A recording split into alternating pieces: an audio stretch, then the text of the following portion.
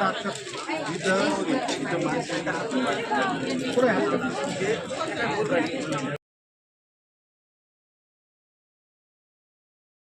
जो मोर्चा काढला आहे याच्यामध्ये काय तुमच्या मागणी आहे आणि या संदर्भात तुम्ही आज काय करणार आहात?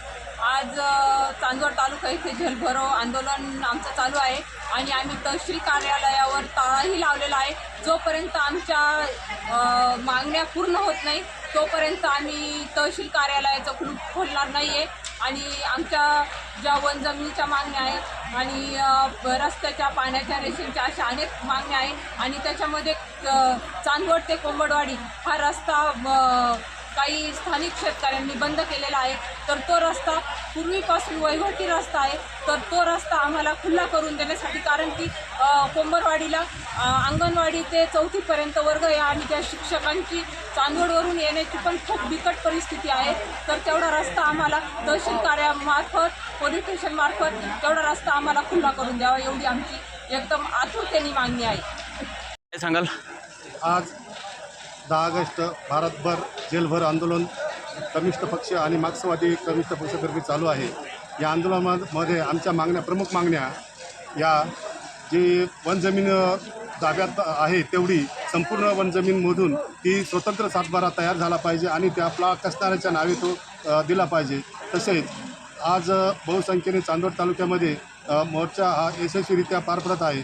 आम्ही सर्व मार्क्सवादी कम्युनिस्ट पक्षातर्फे आज तहसीलदार कार्यालयाला कुलूप लावलेला आहे, ताळा ठोकलेला आहे।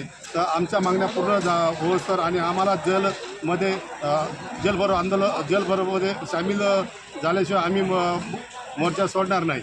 आणि तसेच सागर इंडस्ट्रीजमधील रस्ता हा खुला केला पाहिजे। तसेच चांदवड ते लेंडीहट्टी हा वहिवाटी रस्ता, कोंबडवाडी वहिवाटी रस्ता हा खुला करून जाण्या येण्यासाठी शाळकरी मुलं आहेत आणि इतर शेतकरी लोक आहेत, त्यांच्यासाठी तो खुला करण्यात यावा, एवढी आमची मागणी। आणि अजून भरपूर मागण्या आहेत, त्या मागण्या सोडवण्यासाठी आज आम्ही जेलभरो आंदोलन करीत आहोत। काय सांगाल आजच्या मोर्चाच्या संदर्भात?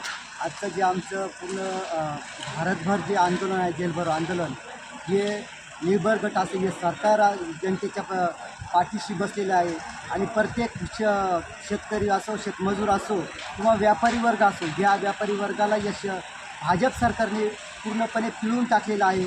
आणि प्रत्येक क्षेत्रामध्ये आज जर बघितलं, दिल्लीच्या आंदोलनाच्या याचं जर बघितलं तर पूर्ण विद्यार्थ्यांचं आयुष्याचं नुकसान केलेलं आहे आणि त्याच्यात जो काही शिक्षण मंत्र्याचा राजीनामा झाला, असे राजीनामे अनेक होतील, परंतु जे सिस्टम बदललं पाहिजे, हे भाजप सरकार बदललं पाहिजे, हेच मार्क्सवादी कम्युनिस्ट पक्ष ठामपणे सांगेल।